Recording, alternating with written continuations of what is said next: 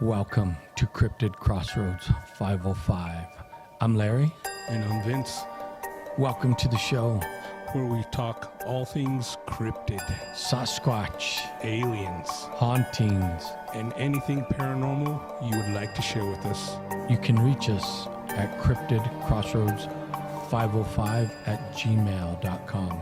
So settle in, open your mind, and enjoy the show.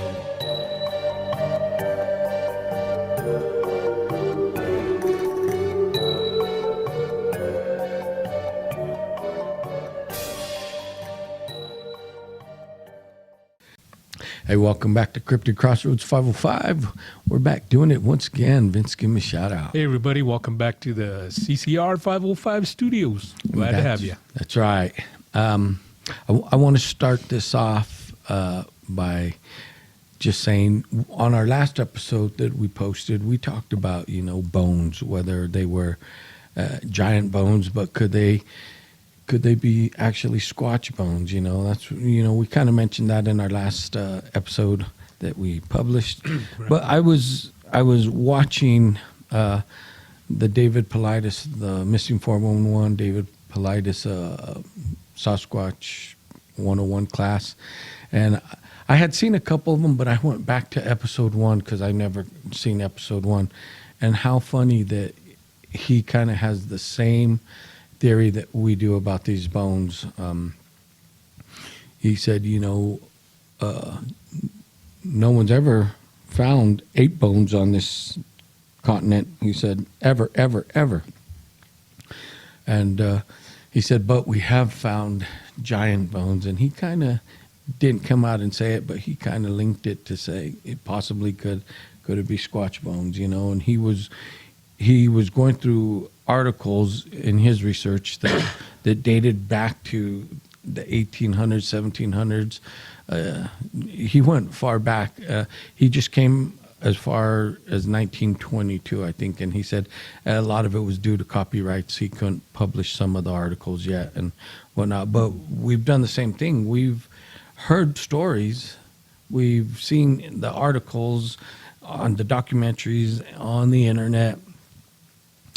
And we've also heard from the natives and their folklore, which go back longer than any newspaper.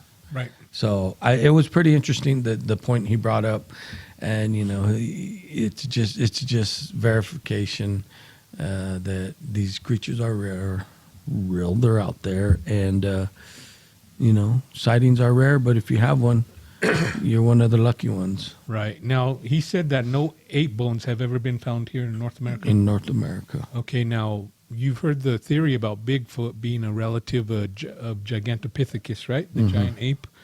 Now, so, where were those bones found? In China? China, okay. So, there's no proof that these Gigantopithecus apes even crossed the land bridge. No, with humans. There's not. And I mean, that's just an interesting theory because they say a Sasquatch might be related to them, but yet they can't even. Well, as far as we know, them being Gigantopithecus has never even been here.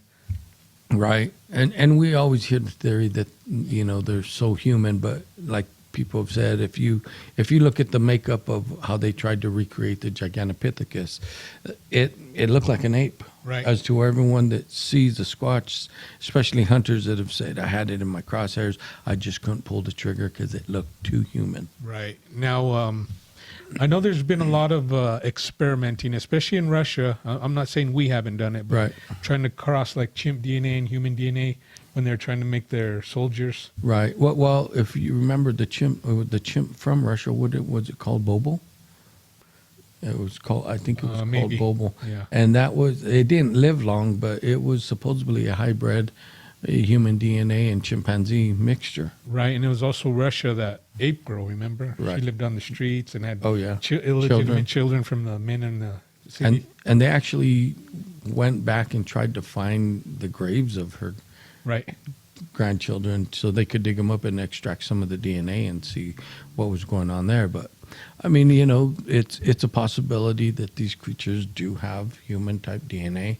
I mean, look at the chimpanzee. They say it's our closest relative because it has 98 percent of the DNA we do. Right. There's just that 2%, 1 or 2% that makes us Right. different. Now, how about Gigantopithecus? Did they ever get DNA to show maybe how close they are related to us? Or Well, if they did, they never said it because I know they had molars, and and they were saying that these molars were from Gigantopithecus, and they had other bones, and we know that they could, especially in teeth, that they could still Right. extract some of the DNA. because I was just thinking, you've heard all the theories about Bigfoot, stealing brides or mixing with humans, Right. right? That's what some people say is the difference between an actual Bigfoot and a Sasquatch. The Bigfoot have human DNA, Right. and Sasquatch, I guess they lean more to the ape side. But I mean, to me, it's kind of far fetched a man in a Bigfoot or a woman in a Bigfoot. Right. How about maybe a Bigfoot and a Neanderthal, or not a Bigfoot, a Gigantopithecus? Well, Because I don't know what the Neanderthals were. They had bigger brains, but that don't mean they really know how to use them. right. Well, that's why they died off. Right. But I mean, if there's a chance of humans breeding with Sasquatch, why not two things that are similar in size? Right. And that going back to the Neanderthal, they did, their theory is they had bigger brains and that they say they were smarter than us. I just don't understand if they were smarter than us. Why did they, fade away? And Right. Well, it don't matter who's smartest or who's strongest. What matters is who's holding the boomstick. that's right.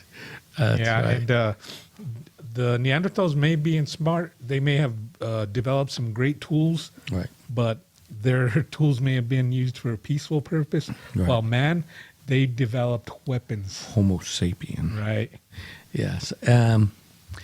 Yeah, I mean, the theory's been thrown out there too that, could Bigfoot be a spin-off from Neanderthal? Right. Because Neanderthal was side by side with us for such a long time. Right. And all these renderings of Neanderthals, is that really what they look like? Can they get that much evidence from DNA? Well, here's the thing I always say, we got to take everything with a grain of salt. Even like some of these facial reconstructions that they do for like murderers or people that have been dead for centuries. Right. We don't know. We don't have a picture. We didn't see them. It's their best effort guess. Right. Well, what I was thinking is since they came through the land bridge and they were around during the Ice Age, I'm guessing, Right. they maybe have a lot more body hair than we think or than people depict them as having. Right. So with that being said, they could have been closer to a Sasquatch. You got the human appearance plus a big, muscular, hairy build. Right. No, and it's possible, and you're right. I mean, you're going to develop the hair all over your body if you're not wearing clothes. And I think we've lost a lot of the hair on our body just as over the centuries, well, I don't know, some guys are still pretty hairy. But, as if you have clothes on your body, it's like people, they say that wear hats all the time, they lose their hair. And I could see that, but, I don't know if we were ever really hairy, but, we have skins, I guess. Right, right. Yeah, I don't know, just interesting.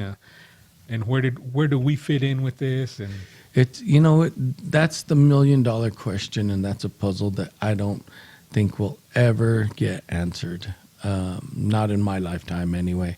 But everyone's looking for that missing link. right, When they discovered the remains of Lucy and they reconstructed her and said, "Oh, she walked on," she was bipedal, but when it came down to it, was she bipedal or was it bipedal for a period? right. But A bear. yes, yeah. So I don't know. I don't know. And do they know? Well, they say, well, because of the bone structure, she did. And if I remember correctly, she didn't walk like we do. Hers would have been kind of a waddle, like you see a chimpanzee when they walk. Not as severe as that, but it Right. was like a waddle. Right, and that just goes to the way their hips are formed and the shorter legs. Right, right. Yeah, or I was going to say, do they walk like those drunk guys back home? They waddle. Possibly. But I mean, there's so many theories out there, but it was pretty cool to hear David Pilates, because everyone, listens to him and they think, oh, he's on to something. And I'm like, Right. well, like I said, it just solidifies a lot of things that other people and we ourselves have talked about. That these creatures are out there. Right, right. And we were talking off cam about a documentary I saw in Alaska. I believe it's on the History Channel. And I was telling my brother that they have eyewitnesses, several accounts where they've spotted actual monkeys in Alaska. Right. And then that's what, we started talking about the land bridge and stuff like that, because they think they might be related to the monkeys in Japan, the snow monkeys that live high up on the mountain. Right. And if they are, that explain why they could, put up with the Alaskan winter, which is pretty brutal. Right. Extreme temperatures, and it is brutal there. Yeah, but my point was, if there's a tribe of monkeys, I believe that's what they're called, right? Tribes of monkeys. Or clans. Whatever, a group of them guys. If they could go undetected and survive in Alaska, what's to say that a Sasquatch can't do the same, or a clan of them? No, and I think they could. I think these creatures, they're so stealthy. Like I said, they're the master of the forest. Right, and just being in Alaska, you'd think it'd be a lot easier because the population is mostly concentrated in their little cities. Right. Then you got the few scattered along the wide open, but still nothing. I mean, Right. people say you could walk in Alaska for weeks and not see a single person. That's right. And it's true. I mean, most of Alaska is still not even probably explored. Right. It's just wild tundra. Right. And then coming down through like the Pacific West, through Canada, down to the Rocky Mountains, I believe it's a lot of the same, because a lot of that's unexplored. Right. Because it's just too harsh to get back. And I think the Squatches in our area, I do think they travel the Rocky Mountain chains. They follow that chain of mountains up and down because that chain goes all the way down to Mexico and all the way up into Colorado and then on a little more. But I think they would use that as, for one, their cover, because it's forestry and Right. They won't be identified. And there again, how many of us are up in those mountains walking around? Not very many. No. No, I mean, even today, the outdoorsmen, the hikers, the mountain bikers, they stay on specific paths. Right. You don't Yeah. find a lot of people who go off the beaten path. Right.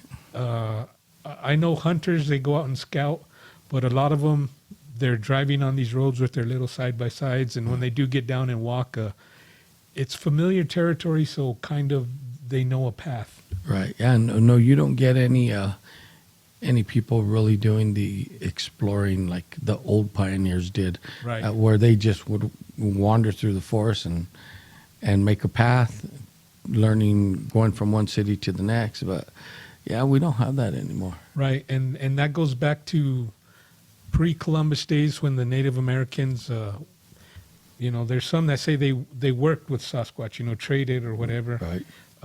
They were just another part of the forest, but the forest was their home. It's not like they were exploring, because a lot of the tribes are nomadic. They would move. Right. So, and they would just stay in the forest wherever the food was, kind of like a Sasquatch, and maybe that's why they had more encounters, because they would follow the food, not a path. Right.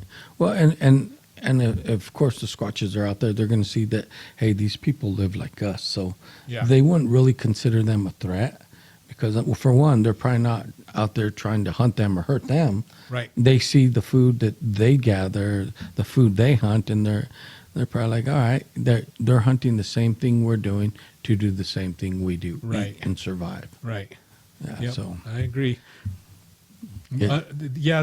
They saw, and that's why they could work side by side, because they had a common interest, common goals, and they were doing the same thing, unless maybe one of them wanted to get married off, and there wasn't enough women in the clan, and that's where we hear the forest bride stories. maybe, Or I don't know. It's just we just don't know enough. It could have only been certain clans, just like in the Big Thicket, how they're very aggressive. right. And then you talk to anyone in the Pacific Northwest, oh, they won't hurt you. They're more scared of you than you are of them. Right. I beg to differ. No, I beg to differ too. I don't care where you encounter them, a creature that big. If you encroach on them close enough and in a threatening manner, I think they'll handle business. Right, and even if the creature ain't aggressive, just seeing something that size is going to scare you. Well, and then you have both sides of the story, because some people were like, it was the most amazing thing I've seen, and then you have some people that it just terrifies them to the core, and they're like, I'm never stepping foot in the forest again. I don't ever want to see that creature, and it scars them. Yep. Now, one of these people, are they having an illusion that, oh, these things are cute forest animals that are my friend, and the other one is more realistic? Hey, this thing could rip my arms off. Right. I need to get out of here. Yeah, I guess it's the perspective of the person that has a sighting. Yeah. You get some people that think, and to this day, we've seen it ourselves. We get people who go out there and they pitch a tent and they don't keep a campfire. It's like, oh, we're one with nature, and everything out here is our friend, or nothing will hurt us. You know what I mean? Do you remember we went out to our spot that one time and there was ladies camping with all kinds of little girls? With those little girls, yep. And I was thinking, man, those ladies got more cojones than me. I know. Or they're ignorant. They don't know. No. It was pretty. The thought that ran through my mind is, I'm like, do you ladies really know what's out here? Right. Because they were with those little girls just making a lot of racket, and I'm like, okay. If we would have really put our mind to it, that could have been our best night of research, because we had bait there. You know what? It could have been. It could have been, but there again, some people, like everyone says, these creatures are 5 feet away from you on the tree line, and you don't even see them there. Right. You don't even know they're there. Right. Yeah. But yeah, that could have been a good night of research. Yeah, I think so. Oh man, but Well, just real quick before we get off this subject, I was talking about some people want to flee, and some people think, oh, I've been blessed with this moment or whatever. Right. Well, I think I had my reaction that I had, and you would have a similar reaction, because we had similar upbringing, we had similar training. Now, when we were in the military and we were overseas, and something, it don't have to be anything big, just something out of the ordinary starts happening, first thing you're thinking is, okay, what's going on here? Right.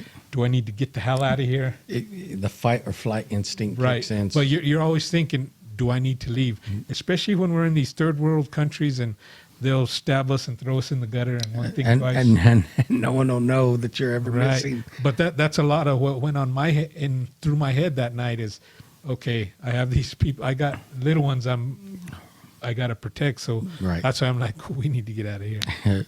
No, and like I said, different people have different experiences, and at the time that you were having yours, you had that sense of maybe threat. Yeah. That you're like, okay, even what I'm hearing in the tree line, that doesn't sound friendly. Right. It's not like these creatures said, yoo-hoo. Right. No. But I always think, if I had that experience again and it was me and you, Right. would we act differently? Now, we could say, oh, hell yeah, I'd have my camera out, I'd have this. Yeah. But when it happens, I don't know if we'd act differently, or if we would, even though we're there with the intention of listening and waiting for an encounter, if it actually happens, I don't know if we'd react different, because there again, we may just fight or flight. yeah, we might say, okay, I've heard enough, let's go. Exactly. Say, okay, I think this creature's getting a little too close. It's Right.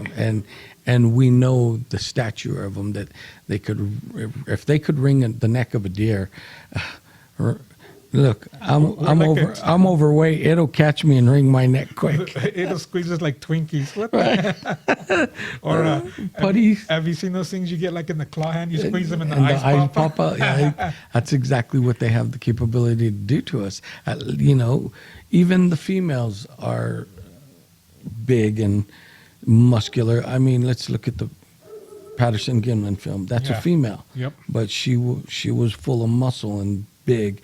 Even coming across that and having to go toe to toe with that in the forest, If you don't have a powerful weapon, I don't think you're going to survive. And you better have it at the ready. At the ready. Because I know people talk a good game, but you hear so many stories of hunters with guns and they see one and they're almost paralyzed. Right.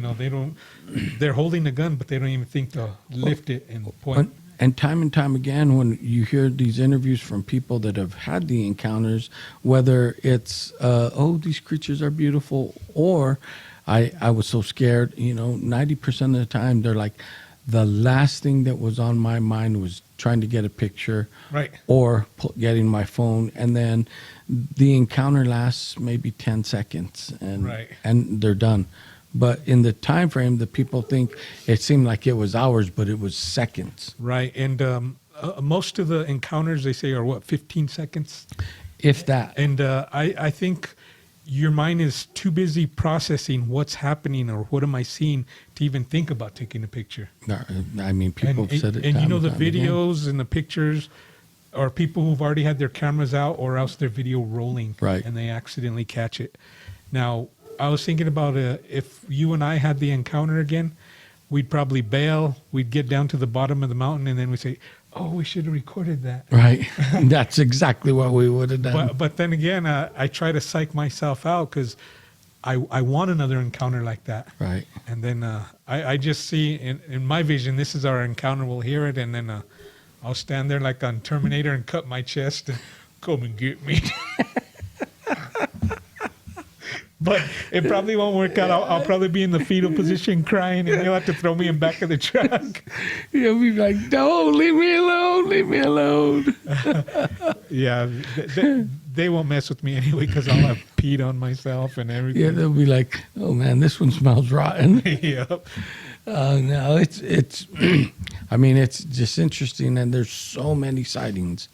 All like we've said time and time again, it's either a mass delusion or people are telling the truth. Not everyone that says they have a sighting is telling a tall tale. Right, I just right. I don't think so. And usually the ones who are, you could almost tell a lot of the time just with their body language or the way they're talking.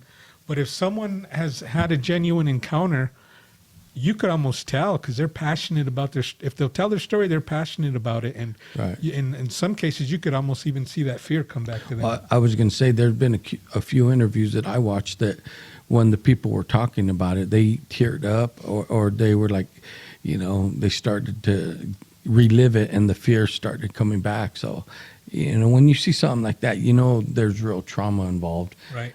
Either that or this person should be an actor because that's an Academy Award act right there. Yeah, and that's why I told you I follow this on YouTube, Team Squatch in USA. Right. And the guy, he's a psychiatrist, a doctor, and he's told about his encounter with his family.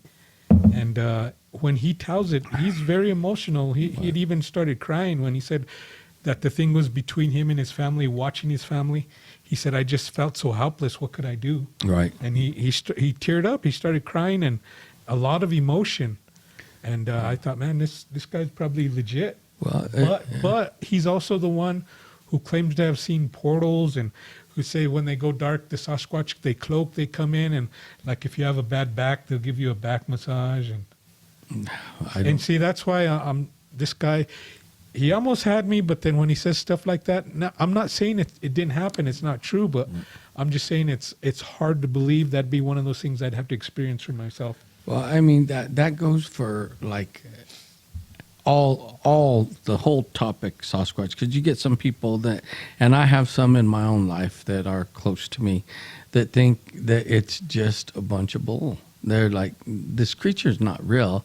You guys are wasting your time, thinking you're going to have a sighting or whatnot. And they're like, no.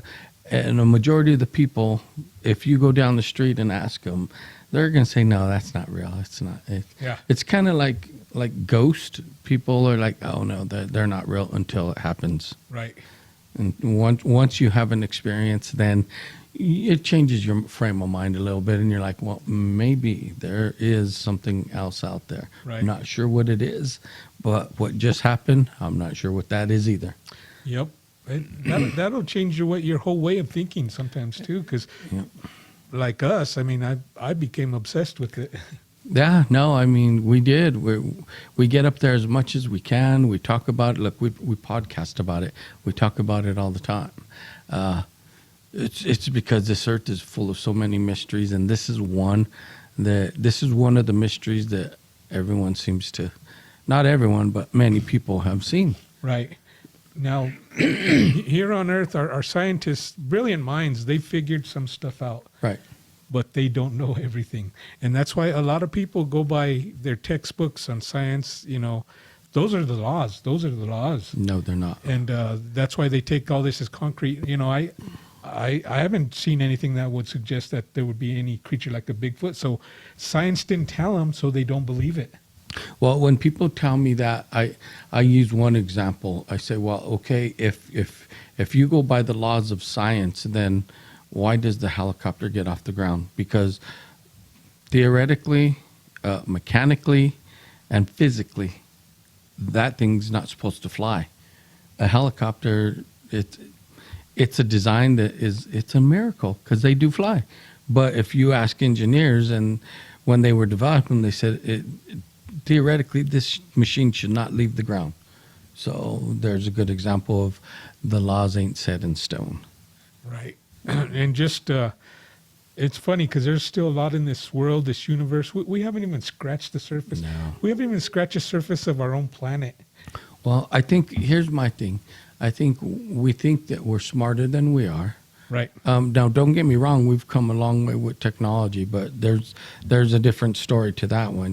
We could have been, which a lot of people will tell you, that we traded with aliens, to gain the advantage technologically over the last 100 years. Right. I mean, we went from the 1920s cart, horse, buggy, and from the first automobile in the 20s to where we are today. We've moved at the speed of light, with technology. Right. For hundreds of years, that's all it was the King's Road and the horse. Right. Yes, you're right. So that's a different story. Right. And look how fast they've developed computers. Yep. I mean, even when we were younger, when the computers were first coming out, there was no such thing as a home computer. We couldn't have it. The computers they had that the government was using were big as houses. Right. And now look at the cell phone, how that technology's moved just so rapidly. Yep. So, are we really that smart? We do use our brain, but I think we use our brain for the wrong things. Yes, studying space and sending telescopes out, that's all cool, but I think we use most of our brain power to try and learn how to kill each other. Right. And that's a big thing. I heard on the news they're talking about our budget for defense is more than the next 5 countries combined. Yes. I mean, could you imagine if we didn't do that? We put that into growing food or making Well, food. that's what I'm saying. If we would put some of that money into studying other things like, alternative energy and really taking it serious, like we take developing warheads and whatnot, take it serious, I think we'd come across a lot of, I don't want to say paranormal, but I would say maybe interdimensional discoveries. I don't know what we'd come across, but I think we just need to refocus our studying rather than right. Just look when China announced their hypersonic stuff, right, and then this country said we need it now. We need it. Yeah. How long did it take us? Not very long. We got to have it. Yep. We got to have it. I mean, we may have already had it. They just let it slip that we have it, saying, okay, just so you know, we have it too. Yeah. You know how our government does. But one thing that David Pilates did also say, that he mentioned a gentleman, and he said that gentleman said, the government has been lying to us about everything forever. Yeah, I believe that. And these creatures, I do believe, is one of the things that they know about them, but they lie and say, nope, it's a bear. Right. And getting back to the government lying to us, there's a whole nother level of government that people probably don't even know about. Right. I mean, we have our people in Capitol Hill, our people in Santa Fe, our elected officials, but there's so much that they don't even know. They have to get a subpoena from other agencies to get them to release information. That's how government keeps. Well, the motive of big government is to distract everyone so that no one really knows what's going on, except for the very few in the know that Right. that are involved in all the black projects. But you rest assured they can't fool us. That's- We're here. We're bringing you the truth. That's right. That's right. This ain't fake news, people. Nope, it's not fake. And that's a good point. But I do believe the government knows about these creatures. I do too. Yeah, they do. Well, that's going to do it for tonight. We hope you like what we shared with you. If you have any suggestions or if you have a sighting or a story, and it doesn't have to be Sasquatch, maybe a ghost story, a haunting or whatnot, We love that too. we'll bring you on air and we'll talk about it. So you know how to get in touch with us. All right.